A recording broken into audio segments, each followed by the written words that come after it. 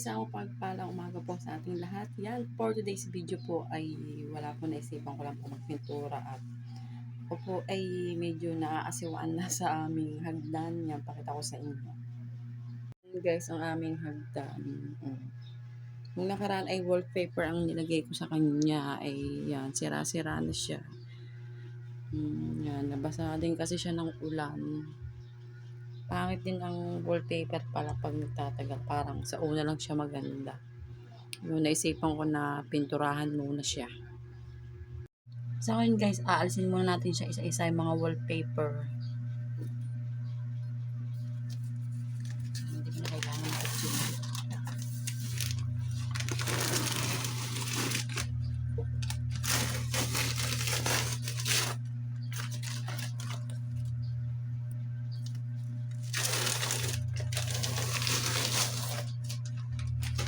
Dalawang patong.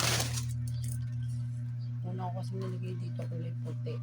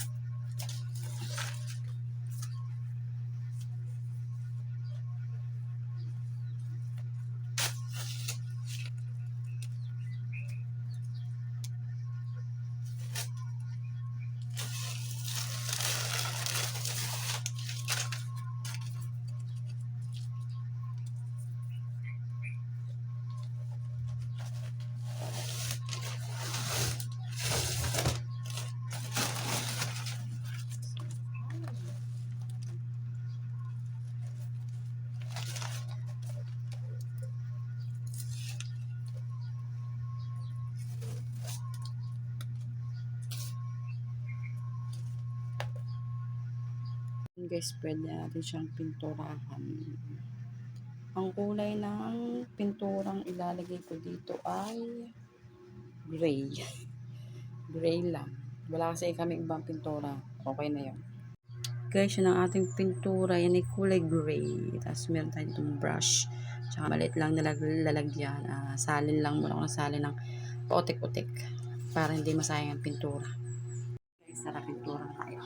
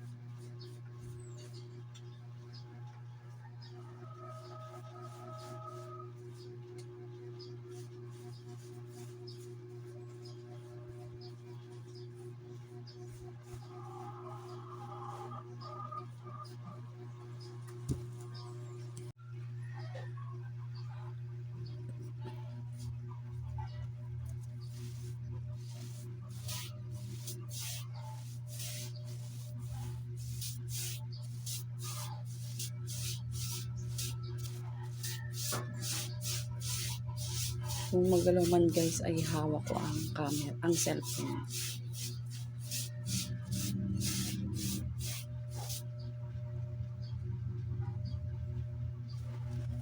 Babaw.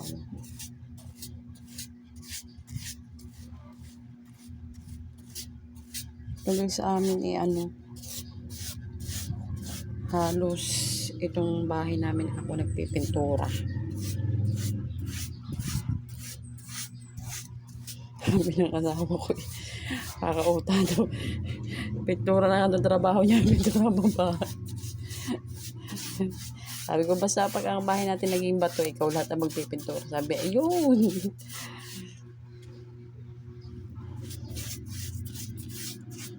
Bakit nga bang iba, no? Pag sa ibang bahay, trabaho ay karpintero, mason, pero sa kanilang bahay ay hindi nila magawa.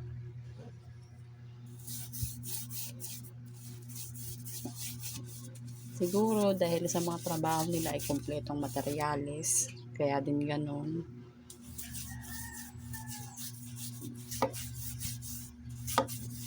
Siguro pagdating sa bahay, ibig sabihin ay yung trabaho nila, yung paggagawa nila sa bahay ay hindi kagaya ng sa trabaho nila. Kasi doon ay tatrabaho sila. Pag sa bahay, ibig sabihin, gastos mo na, pagod mo pa.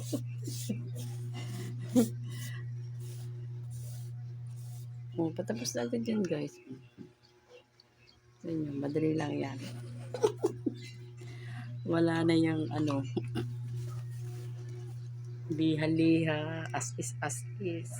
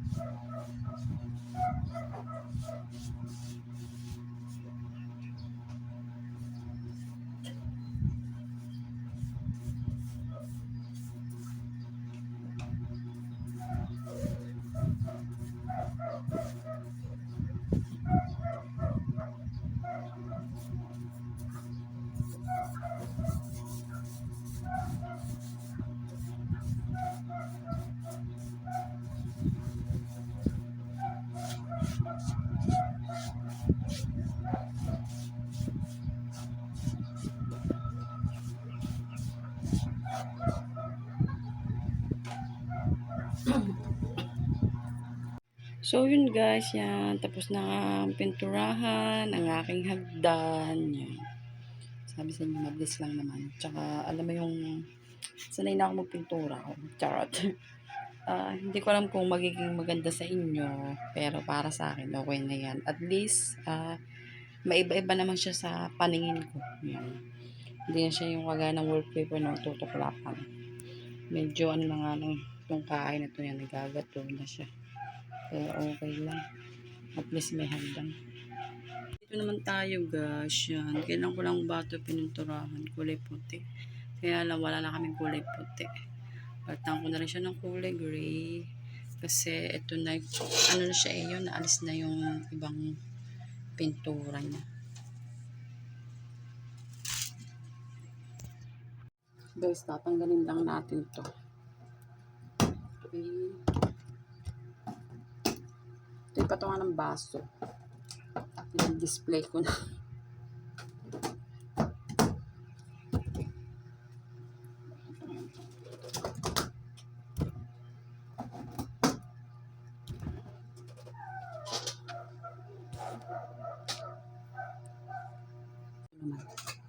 Mabilis lang to, kakaparaso naman.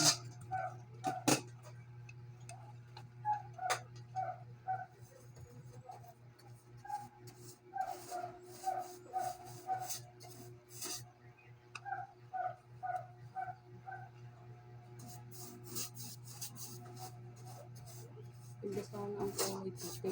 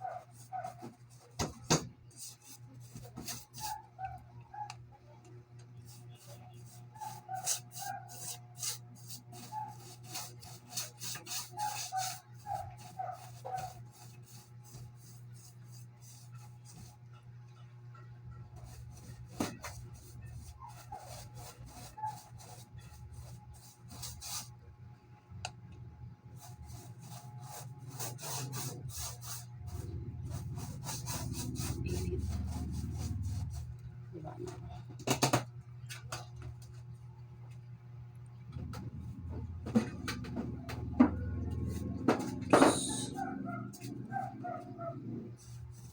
Ito siguro kaya natatanggal gawa ng mantika. Pag mantika rito.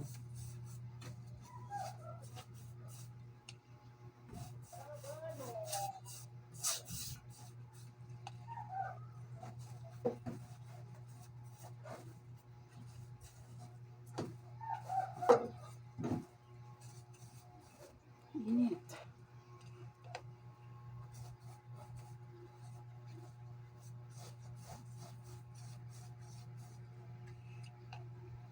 Tapos na guys. Pause ko.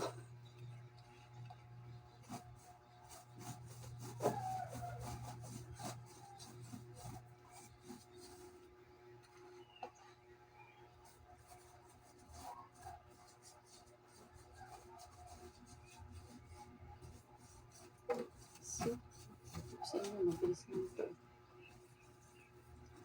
Mas mabilis magpintura pag finish yung plywood. Iba din kasi ang ano ng plywood.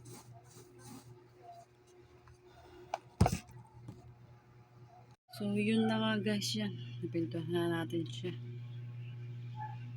At least, bago ulit siya sa paningin ko. Yan. Maya ako nalalagay ito. Pag tuyo na siya. Guys, ayan. Ako lang din nagpintura niya.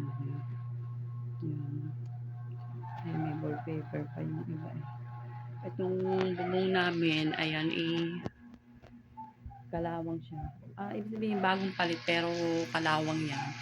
Eh sabi ko sa asawa ko, dahil nga may pintura kaming gray, kapares din naman siya ng kulay ng yero, ay pinturahan. Yan. kami ng mga anak ko nagpintura niyan.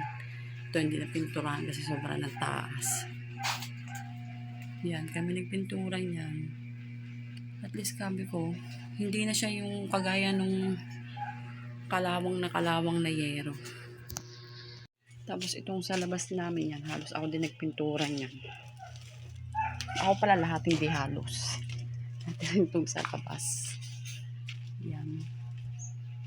Nung napalitan siya ng yero, sabi ko sa asawa ko ay